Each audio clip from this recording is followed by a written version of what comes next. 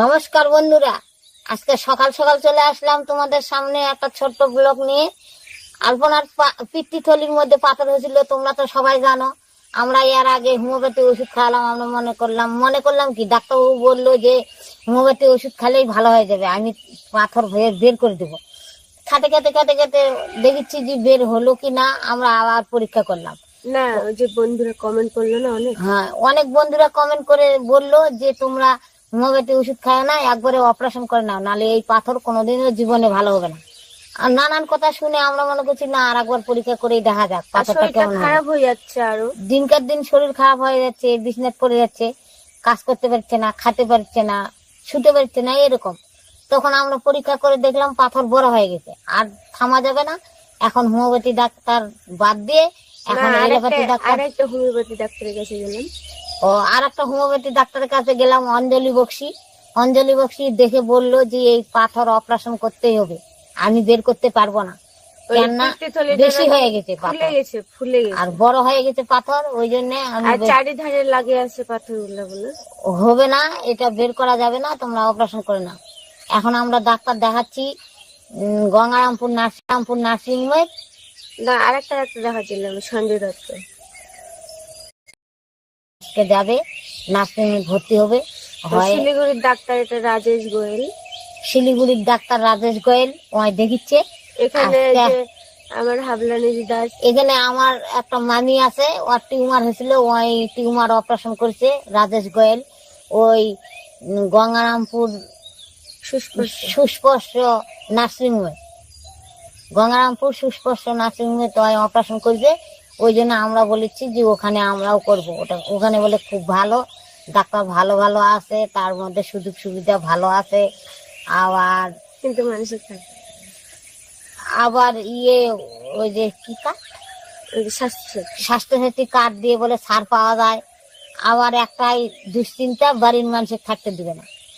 আমি কি করব, আমার তো চিন্তা হচ্ছে থাকতে দিবে না। যদি থাকতে দিত তাহলে আমিও ওখানে থাকতাম, দেখাশোনা করতাম কি হচ্ছে না হচ্ছে। তো ওরাই বলে দেখাশোনা করবে, তো দেখা যাক। আজকে রক্ত তো দিতে যাবে, রক্ত দিতে যায়, কেমন দেখাশোনা করছে ওরা, আমরা আগে দেখি। আর রক্তটা আমার প্রথমে যখন পরীক্ষা করি তখন 6.5 ছিল, আর তারপরে যখন পাথর বড় হয়ে গেল তখন রক্ত কমে 6 হয়ে গেছে। এখন রক্ত কমে গেছে, জন্ডিস হচ্ছে, কি হচ্ছে না হচ্ছে। এখন তো রুগী বিছনায় পড়ে গেছে, এখন অপারেশন করাই লাগবে। আমরা আজকে ডাক্তার ওই জন্য প্রথমে বললো কি যে 2 মাস ধরে রক্ত হোক, তারপরে তোর অপারেশন করব। তখন ভুগা বলছে কি যে ডাক্তারের কাছে ভুগা আবার বললো যে আমাদের রক্ত ম্যানেজ করা আছে, আমরা দেরি করব না। আর যতদিন ধরে পাথরটা নাকি থাকবে ততদিন আমি খেতে পারবো না, উঠতে পারবো না, বিছানায় পড়ে গেছি, এখন কিছু কাজ করি না, মা করে সব। আর একটুও হাঁটতে পারি না, একটু হাঁটলেই পায়ে পায়ে বের লাগে, মাথা ঘুরে পড়ে যায়, আর বমি হয় প্রতিদিন। হ্যাঁ, খাওয়া যায় না কিছু।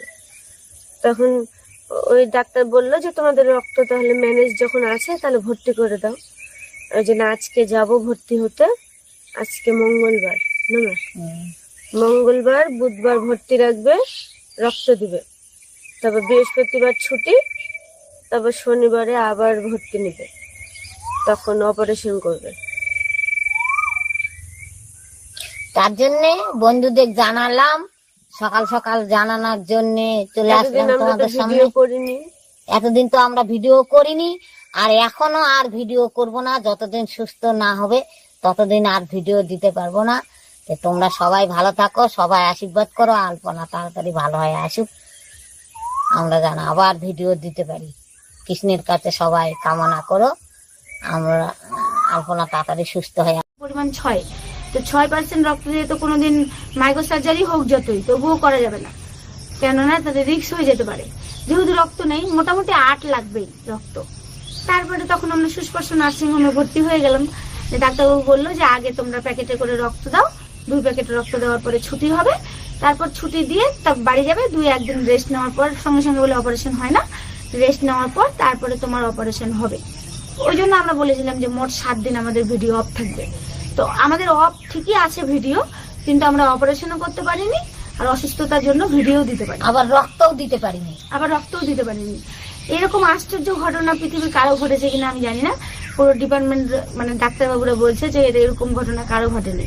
কি হয়েছে, এর আগে যখন আমি অপারেশন করেছিলাম, আমার টিউমার হয়েছিল, তখন আমার রক্ত পরীক্ষা হয়েছিল, তখন ও নেগেটিভ আমার রক্ত ছিল। তো আমাদের বাড়ি থেকে যখন রক্ত দেওয়া হবে, তখন তো বাড়ি থেকে জোগাড় করতে হবে, ডোনার না হলে তো রক্ত দেওয়া যাবে না।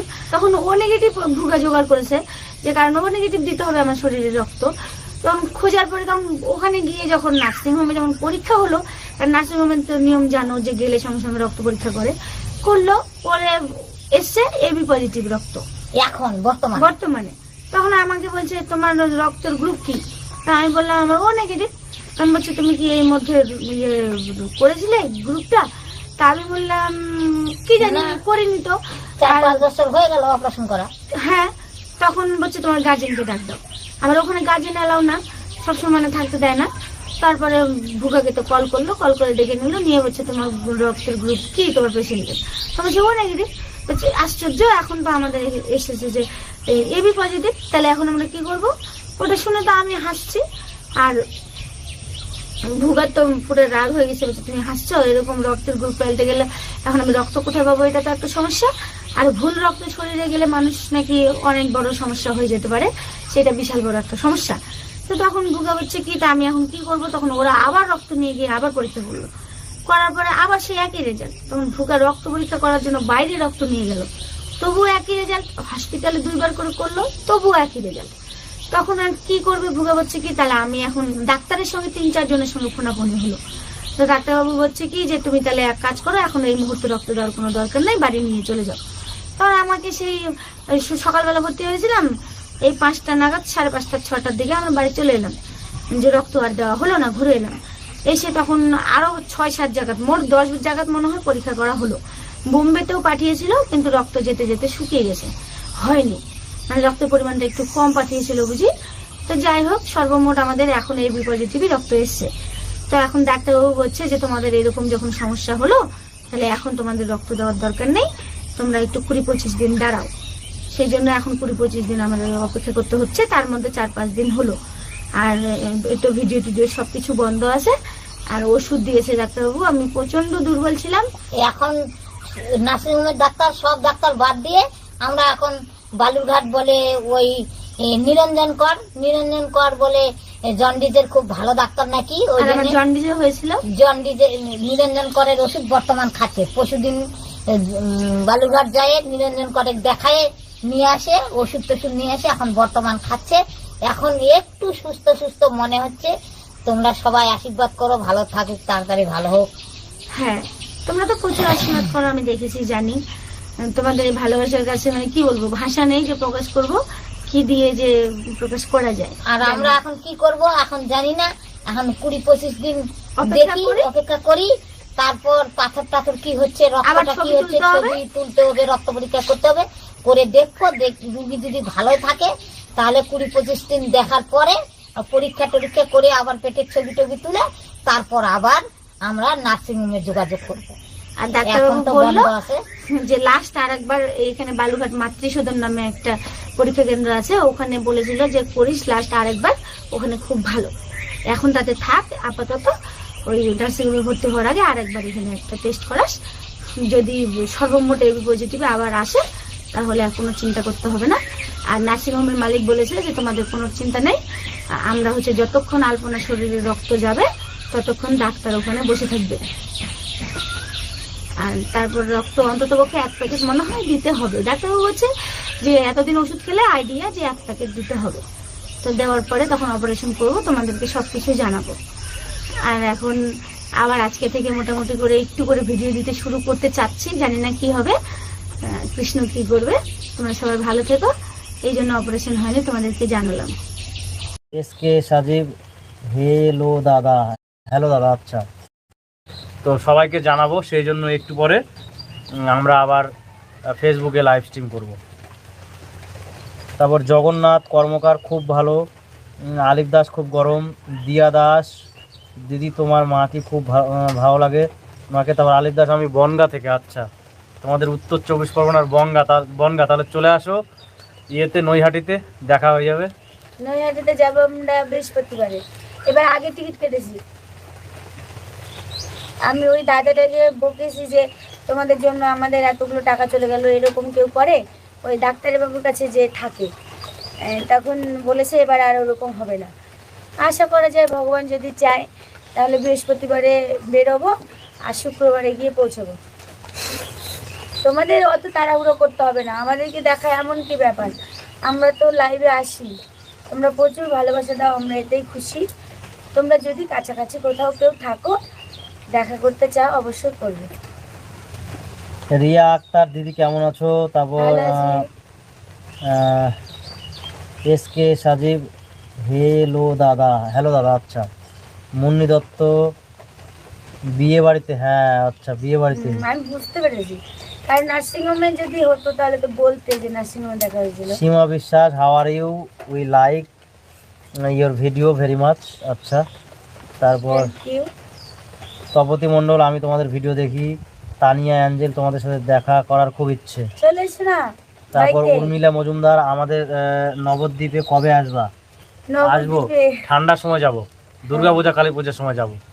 এবার আমি যাবো না, ওই এর আগে দুর্গাপূজা কালী পূজা গিয়ে আমি দুর্গাপূজার মজা হয়নি বাড়িতে। তারপর সিওডি, দুর্গাপূজা বাড়িতে থাকলে মজা হয়, যাবোই না এবার দুর্গাপূজায়, যতই বলুক। সিওডি কোড নাকি আন্দামানে বৃষ্টি হচ্ছে? আচ্ছা, আন্দামানে তো বৃষ্টি হবেই।